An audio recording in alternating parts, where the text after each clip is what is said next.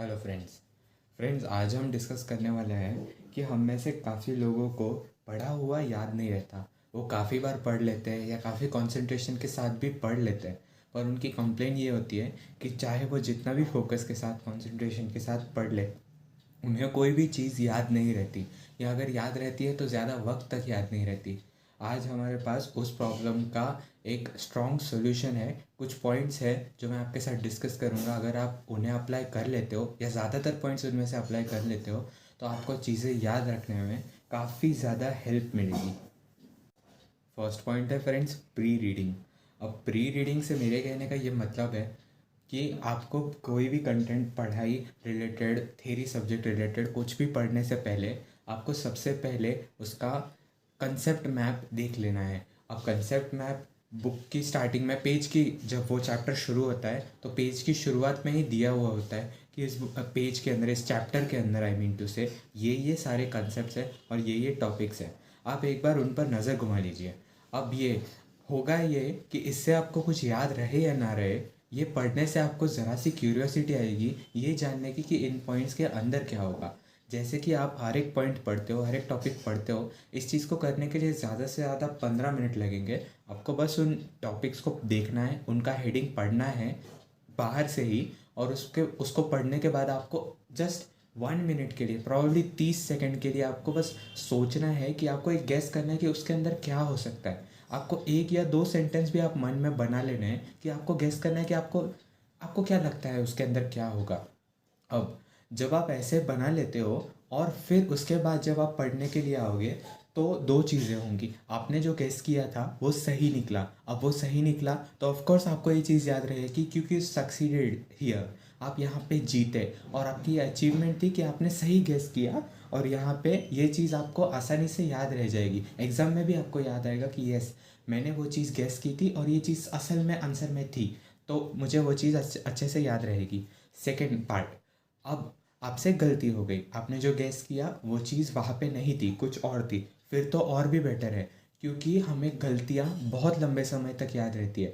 हमारी गलतियों को जब सुधारा जाता है, जब हमसे कोई गलती होती है, हमारे पेरेंट्स हमें समझाते हैं कि तुमने ये गलती की, तुमसे ये मिस्टेक हुई, या हमें डांटते हैं, प्रॉब्लली हम में से कुछ लोग मार भी खाते होंगे, तो होता ये है कि जब गलती करने के बाद इंसान सीखता है तो उस गलती का इम्पैक्ट, उस गलती को इंसान लंबे समय तक याद रहता है, और उसको करने का सही तरीका भी वो लंबे समय तक याद रखता है। तो either way you are in win win situation. कहीं भी कुछ भी हो जाए तो आपको वो चीज़ याद रहने ही वाली है। सेकंड पॉइंट है फ्रेंड्स, हाईलाइट। अब हाईलाइट से मेरे कहने का ये मतलब है कि आप जब भी पढ़ते हो तो आपको पहले तो पूरा उतना कंसेप्ट, आपको उतना पैराग्राफ या छोटा सा एक पॉइंट भी आपको पूरे तरीके से पढ़ लेना है, समझ लेना है, ठीक से आपके दिमाग में उसका मीनिंग बिठा लेना है, और फिर आपको हाईलाइटर का इस्तेमाल करना है। वरना होगा ये कि आप अनइम्पॉर्टेंट चीज़ों को भी हाईलाइट कर लोगे।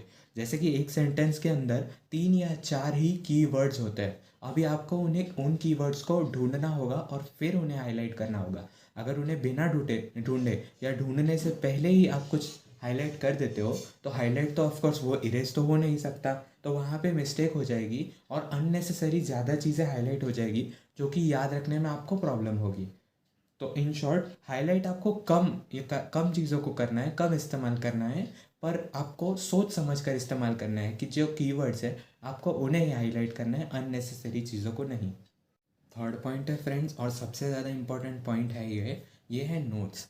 नोट्स आपको अपने खुद के बनाने हैं, आपको खुद के अपने नोट्स बनाने हैं। अगर आपका जो मेन नोट्स है वो इतना ज़्यादा परफेक्टली अरेंज नहीं है कि आपको चीज़ें उसमें से याद रह पाए, लाइक आई मीन टू से कि आपका जो रेडीमेड नोट्स है, जो प्रिंटेड नोट्स है, उसमें अगर पहले से चार्ट्स बनाए हुए हैं और मेमोरी टेक्निक्स वगैरह लिखी हुई है, या आप उनमें लिख कर काम चलाया जा सकता है, तो आपको नोट्स बनाने की ज़रूरत नहीं है। पर काफ़ी बार होता ये है कि पेज जो है उसके अंदर कंटेंट काफ़ी ज़्यादा फिलअप किया होता है, एंड वो आपसे सब कुछ याद रखना एक्सपेक्ट नहीं करते हैं। आपको इस चीज़ को समझना होगा कि सब कुछ इम्पोर्टेंट नहीं होता है।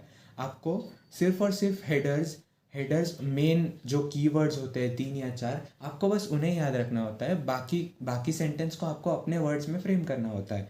तो नोट्स बनाने का फ़ायदा ये होगा कि आप जब खुद के नोट्स बनाओगे, खुद की हैंड राइटिंग, एक तो सबसे बड़ा एडवांटेज कि आपकी खुद की हैंड राइटिंग में, इसलिए आपको लंबे टाइम तक याद रहेगा। और सेकंड चीज़ ये कि आप जब खुद लिखोगे तो आप सिर्फ कीवर्ड्स को लिखोगे, कीवर्ड्स को, हेडिंग्स को, इन सारी चीज़ों को लिखोगे नोट्स बनाते वक्त।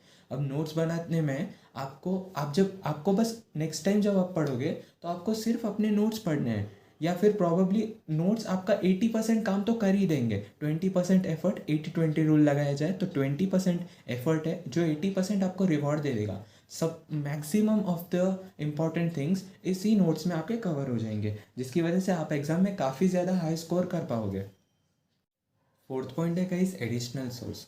अब कुछ फील्ड्स में ये काफ़ी ज़्यादा इंपॉर्टेंट पॉइंट नहीं रहता है, पर कुछ जगहों पे ये काफ़ी ज़्यादा इंपॉर्टेंट होता भी है। अब जैसे कि फ़िज़िक्स रिलेटेड कोई टॉपिक्स हो गए, फिज़िक्स या बायो रिलेटेड कोई टॉपिक्स हो गए जो पिक्चर से काफ़ी ज़्यादा समझाए जा सकते हैं, पिक्चर्स या वीडियोस पर से। अब इंटरनेट का इतना ज़्यादा एक्सेस हमारे पास है, इसके कारण हम कोई भी वीडियो यूट्यूब पर आसानी से सर्च करके उसका कोई भी डेमो देख सकते हैं कि how that particular thing works. कहीं पे भी आपको उससे रिलेटेड टॉपिक कोई ना कोई वीडियो ज़रूर मिल जाएगा, जिसे देखकर आपको अनदर एंगल, एक एक दूसरे एंगल से उसी चीज़ को समझने का मौका मिलेगा। आपको ध्यान रखना है, पर आप इस चीज़ पे काफ़ी ज़्यादा फोकस ना करें। ये बस एक, प्रॉबली तो एक बार ही ये चीज़ देखनी होती है, इसे बार बार देखना नहीं होता है। इसे बस एक बार देखो और फिर नेक्स्ट टाइम आपकी जो बुक है आपको बस उसे पढ़ना है, इस पर बार बार नहीं आना है, क्योंकि ये कंसेप्ट है। और जो एग्ज़ाम में आने वाला है वो आपकी बुक का कंटेंट आने वाला है। एग्ज़ाम में जो आपको लैंग्वेज लिखनी होगी वो आपकी बुक की लैंग्वेज होगी। तो आपको ध्यान रखना है कि आप उस पर ज़्यादा फोकस करें और ये सिर्फ एक बार करें। फिफ्थ पॉइंट है गाइस, स्टोरेज। अब स्टोरेज से मेरे कहने का ये मतलब है कि अगर आप इस पॉइंट में मिस्टेक कर जाते हो, इस पॉइंट को अगर आप सीरियसली नहीं लेते हो, तो ये 4 पॉइंट्स आपके किसी भी काम के नहीं है। क्योंकि स्टोरेज यानी कि मेमोरी में स्टोर करना, आपने जो कुछ भी पढ़ा है वो आपके दिमाग में एक लंबे समय तक स्टोर करके रखना। तो इस चीज़ को हमें कैसे करना है, एक बार जब आपकी पढ़ाई हो जाती है तो आपको अब पहले तो अपने आप को समझना होगा कि आपकी कैपेसिटी कितनी है, आप कितनी देर तक कंटिन्यूसली पढ़ पाते हो। अगर 25 मिनट्स, 45 मिनट्स या 1 घंटा या 1.5 घंटा, कुछ लोगों की 3-3 घंटों तक भी कैपेसिटी होती है, तो आपको जानना है आपकी कैपेसिटी क्या है। वॉट एवर इट इज़, आपकी कैपेसिटी 25 मिनट से कम बिल्कुल भी नहीं होनी चाहिए। 25 minutes is the minimum time कि आपको इतनी देर तक तो पढ़ना ही पड़ेगा, उससे कम नहीं हो सकता। तो ये आलस है आपका। तो 25 मिनट्स तक की भी अगर आपकी कैपेसिटी है तो 25 मिनट्स पढ़ने के बाद आपको कुछ ऐसा करना है कि जो आपको पढ़ाई पर से आपका ध्यान हटा दे।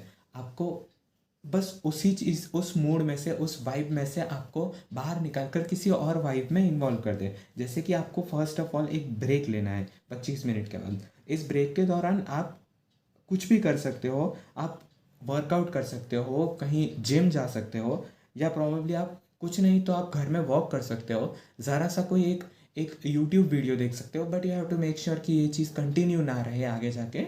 और थोड़ा एक एक कोई एपिसोड देख सकते हो, कोई कार्टून या एनीथिंग लाइक दैट, कुछ भी देख सकते हो।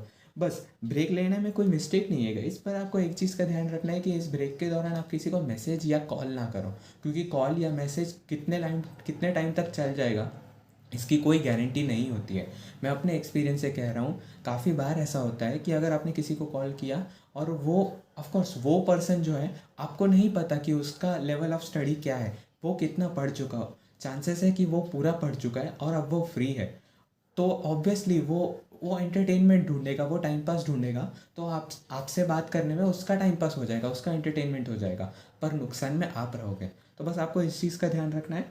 और स्टोरेज का पॉइंट सबसे ज़्यादा इम्पोर्टेंट ऐसा मुझे लग रहा है, क्योंकि इसके बिना सारे पॉइंट्स जो है वो फेल है। अगर आपको ये वीडियो, ये सब पॉइंट्स अच्छे लगे तो आप अभी इसका स्क्रीनशॉट ले सकते हो, ताकि इसे आप बाद में पढ़ पाओ। और आज की वीडियो का लाइक टारगेट है ओनली 1 लाइक, और वो लाइक आपसे है, जो भी आप अभी देख रहे हो, आपसे टारगेट है मेरा सिर्फ 1 लाइक। बस वो आपने अगर ये 1 लाइक मुझे कर दिया तो आई बी वेरी हैप्पी, मेरा टारगेट अचीव हो गया। So friends, that is it for today. अगर आपको इन सारी बुक्स का नॉलेज चाहिए हो यूट्यूब वीडियो के थ्रू, तो आप प्लीज़ मेरे चैनल को सब्सक्राइब कर दीजिए और बेल आइकन को भी क्लिक कर दीजिए, सो दैट इन सारी बुक्स का नॉलेज मैं आपके साथ शेयर कर सकूँ। एंड अगर आज की वीडियो से आपको कुछ भी सीखने मिला है तो प्लीज़ लाइक दिस वीडियो, अगर आपको लगता है कि कोई है आपका दोस्त या एनीवन जिसको इस इन्फॉर्मेशन के बारे में जानने की ज़रूरत है, तो आप प्लीज़ उसे मेरे चैनल के बारे में बताइए या इस वीडियो के बारे में बताइए. So I'll see you in the next video. Thanks for watching.